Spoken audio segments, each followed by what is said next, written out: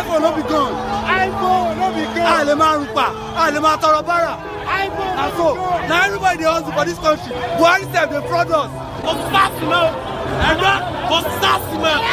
They dey paya lórí ní ti jọlọ. Baba yìí fi dẹ. Ẹni jẹ́ ma pa bí ara ni.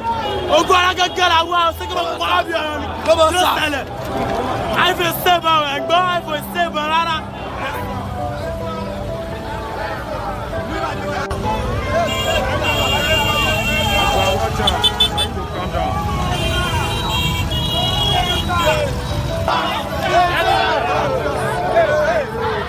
Too fresh no be crime. ENDSARS, SARS tó bá ti pa youth kan, a máa pa yé, a máa pa bàbá. We are tired of police brutality. We are tired of harassment. We want. What do we want? ENDSARS! What do we want? ENDSARS! What do we want? ENDSARS! End of SARS means the end of corruption. Yes. The end of bad governance. Yes. It means the beginning of good things to come. Yes. And Nigerian youths must not give up now. Yes.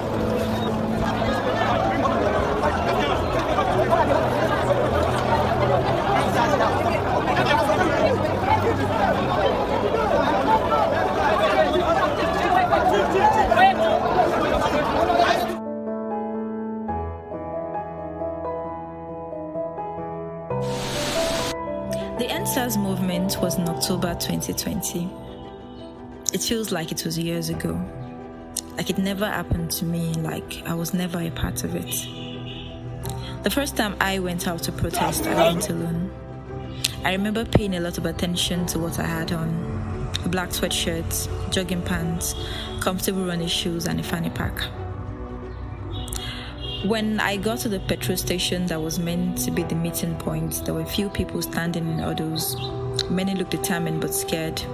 Some just looked excited to be there. As we made our way down the Lekki-Ikoyi link bridge, we walked past a couple of policemen who looked at us with amused faces. We merely glared back and kept walking. At first, it was weird, shouting, ENDSARS, no reforms. I, for one, am not used to raising my voice that much. But you can always count on anger. In no time, my veins were bulging from my neck as I yelled alongside everyone. I took as many pictures as I could. It was important to me that I document this. The protest grounds were significantly different from how it was portrayed in the media. At least, the one at Lekki was. Protesters who didn't want to just protest fell into crews, summed up to cleaning, traffic, there were ambulances, there was the rainy season, so people handed out raincoats, there was refreshments, there was a lot of food. We were not only angry, people networked, made new friends, there was a lot of dancing and laughter. There was also an unspoken agreement in the air, everyone was committed to the protest, so we all needed it to be successful. Zero sabotage. I never saw a fight break out, not even over food. As some protesters left, tired from all the standing and chanting, others arrived. It was like there was some invincible timetable that everyone was committed to. I didn't know these people, but I was fiercely proud of them. Which is why on October 20, 2020, as I watched on DJ Switch's IG Live, Nigerians holding the Nigerian flag and singing the national anthem, getting shot at by the military, something broke in me. I knew these people. I could have been one of them. I'm still broken. The Nigerian government has tried to gaslight us into thinking that all of this never happened, that the protesters were hoodlums, that the IG Live was doctored. Over the next couple of weeks, I would see edited video clips of protesters, a lot of them rendered in black and white, and wonder if this had been my reality. The government has tried to make us unsee it and unlive it. But we remember, and we will continue to remind ourselves. This will be our act of defiance.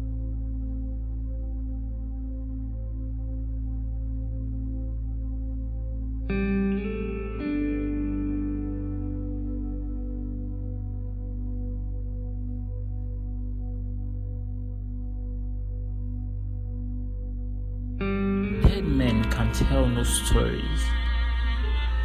They are lost to white light and white words in white sheets.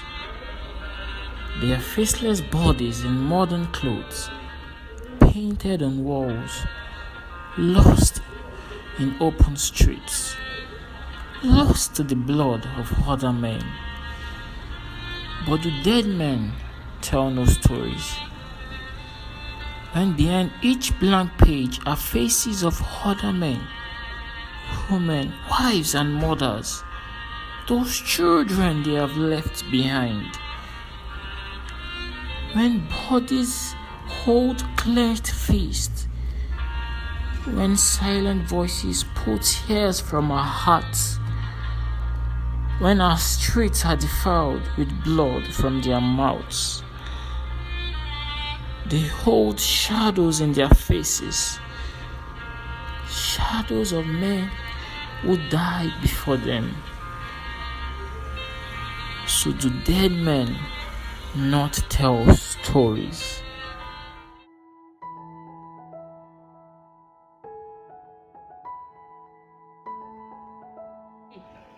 Anyone who hears the story of how inhumane the security officials of Nigeria treat our citizens will advocate to put an end to the reckless act. I was unbothered initially, but only because I didn't know what the agitation was about. As I got to know what they were advocating for and heard the horrible experiences of some people, many people in fact, I was embittered in my heart and my spirit was so vexed. And so, I lent my voice to the people in ways I knew best to. I retweeted about the evil the SARS officials perpetrated on a daily and got away with. I encouraged others to lend their voices, for their silence could mean the undoing of us all. The extent to which the Nigerian youths were tired of this condition made me gleeful. My joy was that for once, citizens of Nigeria were not just complaining about the situation, but were taking steps to ensure that the change they desire comes into existence. When the protests left the online streets and became physical, I was impressed. These people really mean business, I thought. The organization that went into the protests in different parts of the country made me believe that a generation exists that can and will make Nigeria great. And to further solidify the resolve that they were in on this together, I saw Christians watching over Muslims to protect them while they prayed during the protests. And in my heart, I said, yes! Once citizens can put aside every prejudice and be their brother's keeper, Nigeria is ready to stand.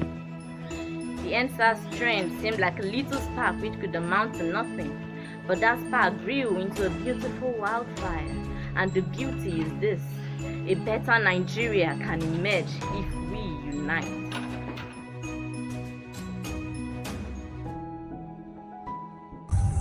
Soldiers aim at us. In memory of the lives lost to genocide by the Nigerian military at the Lagos Lekki toll gate on October 20, 2020. May God have a photograph of this. I do not want to die. I wake at dawn after the guns go off and they go off in my head. Ready, aim, shoot. This is how a body is drawn in the sky. May God have a photograph of a river, flower to blood. And I'm sorry, I do not know how to tell you of days. I was not given the metaphor for death. Lately, I have not watched a body bite its own. Forgive me, this is not how I write about fire. This is not how I write about. This is not how. Forgive me. Who will I ask about a country whose lips will survive the bullets? Where I'm from, there is no country the wind of the country. In this place, the lagoon is deaf with names. The black sun is silent to save bodies. No one forgets the story of how night comes. I wonder though, what is a place? A flag sung. Who spoke ghosts to a bullet? No one forgets the story of how night comes. How do you sing a river that dies after you? In this place, the lagoon ate all of our songs. So ready, aim. What's a body if not the sky?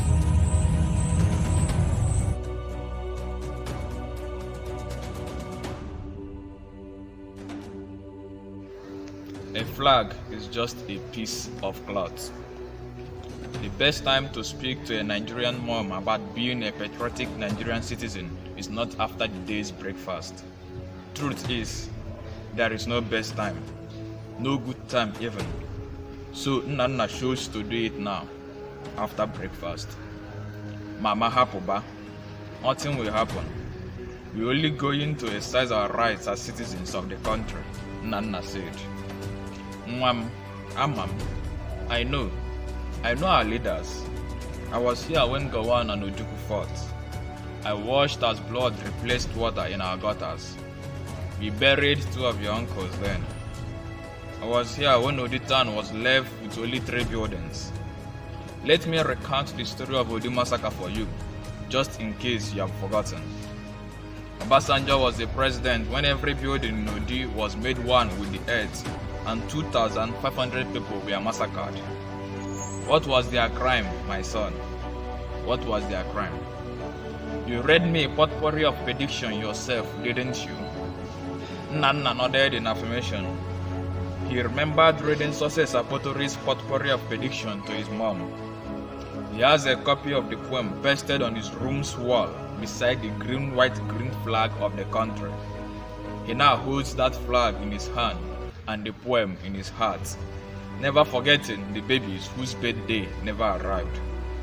Mama continued, my bag, this bag received Buhari's Koboko. It didn't break my spine, but it tore my flesh. Don't allow what happened to your father to happen to you.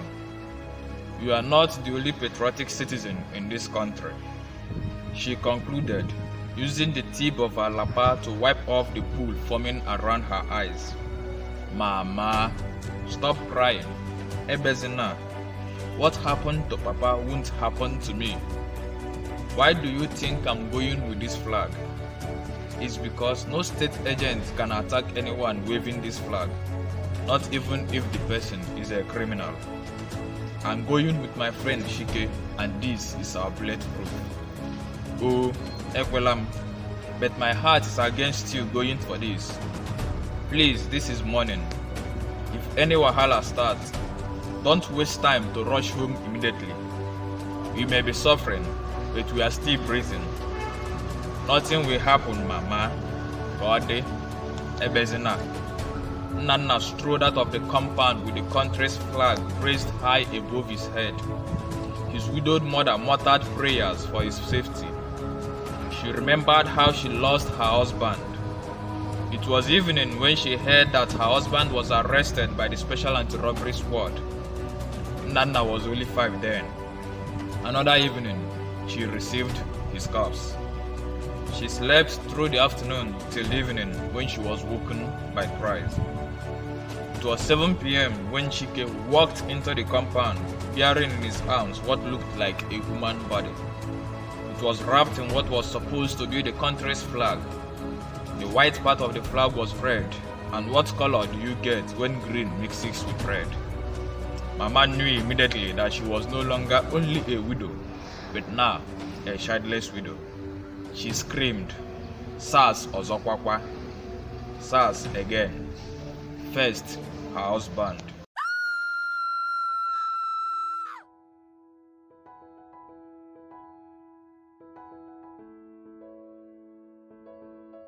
My name is Francis Esundobun. I just want to talk briefly about the ENDSARS protest in Retrospect.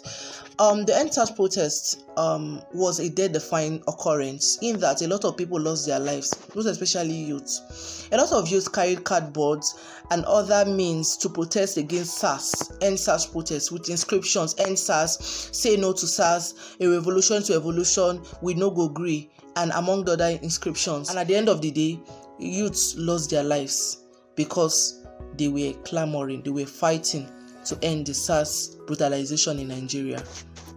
What I can really surmise from this happening is that is the need for Nigeria to pay more attention to the needs of the youth, most especially people who have more intentional reasons.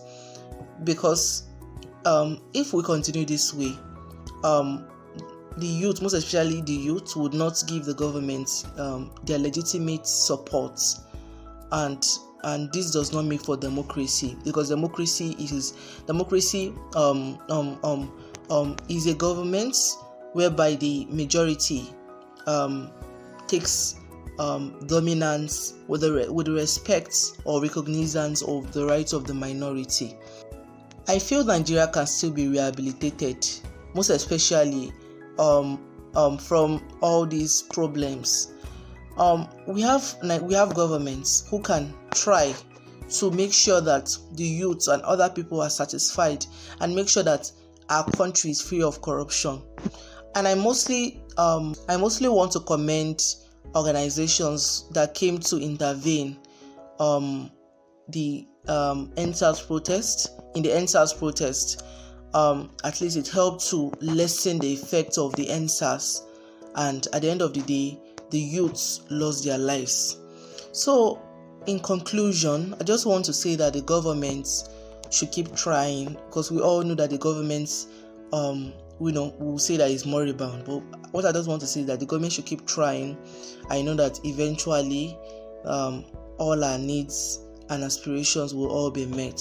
Thank you very much for hearing me out. Corruption and indiscipline with no regard for the life of a citizen. So sickening. I hope you greedy motherfuckers is listening. They see the insecurity, still no regard for the life of a citizen. It's so sickening. I hope you choke on your dinner this evening. You carry $1 million key put for house, when many brother never see food to chop, and many sisters call a prostitute around just to make sure they keep something in account. This no be club song, I no come to shout. Now real strong matter I won't talk about. I see many thieves now, they don't renown. So I wake up from sleep and I put the sun come out. Papa fella talk but he no finish, he no finish, he no finish. Oh, when he go finish? Say Papa fella talk but he no finish, he no finish, he no finish. Hey, my brother, when he go finish? I get too many things to talk about. Yeah. Talk about. I get too many things to yarn about. I never talk a finish. To yarn about. So I put in my mouth for song. I never talk a finish. Mouth for song. I say I put in my mouth for song. I never talk a finish. My mouth for song. Unemployment and nepotism. Ori mi ngbono e ma domisi. Ejo, e je ki sọ̀rọ̀ tán. Show the gbati gbogbo le ba jonisi. I don't know how long we go day recession. My cousin tell me university no day in session. Say get to the house and nothing to chop. Many don't buy gold, many day depression. Somebody tell Baba fella say he do talk truth. Say the government say they shit on you.